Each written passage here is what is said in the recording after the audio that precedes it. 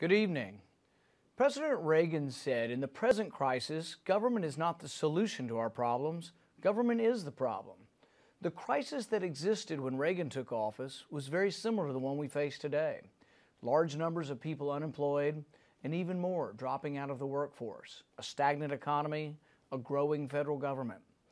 We solved these problems then by coming together and by implementing the right ideas. We can do it again, but we must look beyond the current debate in Washington. Let me say from the outset, I'll work with the President, Democrats, Independents, and anyone who wants to get people back to work and alleviate poverty in our country. That said, we must first understand what caused the mass unemployment and the poverty of the Great Recession. The housing bubble and subsequent crash were caused by the Federal Reserve, keeping interest rates too low for too long. Too much government money was given out to too many borrowers who could not afford the payments. Banks were encouraged by government to lend money on houses with no money down. The demand for houses went up, and so did their prices, but it was unsustainable. Millions of people lost their jobs. If we don't understand the cause of joblessness, we'll have trouble fixing it. As we entered into the Great Recession, Republicans and Democrats misdiagnosed the problem as too little government, so they gave us more government in the form of bank bailouts and a government stimulus plan. Nearly $1 trillion later, though, we find that government doesn't create jobs very well. It turned out that it costs nearly $400,000 per job created. Why? Because government is inherently bad at picking winners and losers. In the marketplace, most small businesses fail. If government is to send money to certain people to create businesses, they will more often than not pick the wrong people, and no jobs will be created. Think of the $500 million President Obama gave to Solyndra to build solar panels. Turns out, people didn't want to buy these solar panels, and the taxpayer lost that money. Think of the billions spent on the war on poverty over many decades. Government spending doesn't work. It doesn't create jobs. Only the democracy of the marketplace can find those capable of creating jobs. It's not that government's inherently stupid, although it's a debatable point. It's that government doesn't get the same signals. Milton Friedman recognized that when he wrote, "Nobody spends somebody else's money as wisely as they spend their own. When it's your money, it's spent with a concern no government bureaucrat could ever duplicate." Every day, though, someone, through hard work, does rise up out of poverty. Star Parker was one who escaped poverty, drugs, and a hellish life. She described her story in Today's Christian Woman. She was 23 when she quit her job at the LA Times so she could go on welfare. By collecting $465 a month, plus food stamps, and by getting a part-time job that paid cash under the table, she could rent a nice apartment and earn far more money than working an honest 40-hour week. Later, she said she had no trouble dropping her daughter off at a government-funded daycare center, selling some free medical vouchers to buy drugs, and hanging out at the beach all afternoon. Quitting welfare was a big hurdle for her because she had become so dependent on government and had lost a sense of who she was. So she wrote a letter the next day and told the county not to send her any more checks. "I was trusting God," she said, and within 3 months she got a good job at a food distribution company. Star Parker went on to become a nationally known author, speaker, and ultimately a candidate for Congress. I want Star Parker's story to be the rule, not the exception. I have an idea that will empower Americans and give them the opportunity to thrive. My plan is to create economic freedom zones in distressed areas all over the country, including my home state of Kentucky, which will leave more money in the hands of the people who earn it. In economic freedom zones, we'll cut income and business taxes to a single flat rate of 5%. We'll cut payroll taxes for employers and employees, so folks will go home with more money in their paychecks. Burdensome, job-killing regulations will be removed, and business will expand.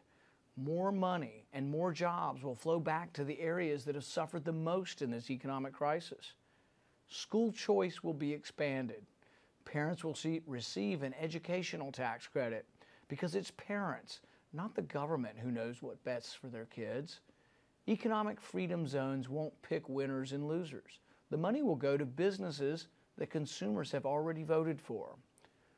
The president's promise zones also address poverty, but his plan recycles worn-out ideas that haven't worked in the past. His idea is that we should make it easier to funnel federal dollars back to local governments. I think it would be better not to take the money from the businesses in the first place. We need real jobs created in the real world, not more empty government promises. Under President Obama, the percentage of people working is at its lowest level since the days of Jimmy Carter. Roughly 11 million people are unemployed, and millions more have given up looking for work. Our debt has nearly doubled since President Obama entered office and is now over $17 trillion. Our credit rating has been downgraded. Spending continues at unsustainable levels, and we're borrowing more than $1 million every minute. But the numbers tell only half the story. Parents worry about their children growing up in a country where good jobs are few and far between. More than ever before, Americans wonder how they'll afford to send their kids to college and what will happen if they lose their job. I believe in an America where people are free to make their own decisions, helping each other as they help themselves. And I believe in an America with a strong safety net, but one that doesn't suffocate our resolve to better ourselves and our country. The ticket to the middle class is not higher taxes on the very businesses that must create the jobs. A thriving middle class doesn't come from shuffling the deck chairs on the Titanic. Prosperity comes when more money's left in the private marketplace. Families across America are worried. Good jobs are hard to find. Mr. President, where are the jobs? You spent nearly $1 trillion on make-work government jobs, and still joblessness confronts the next generation.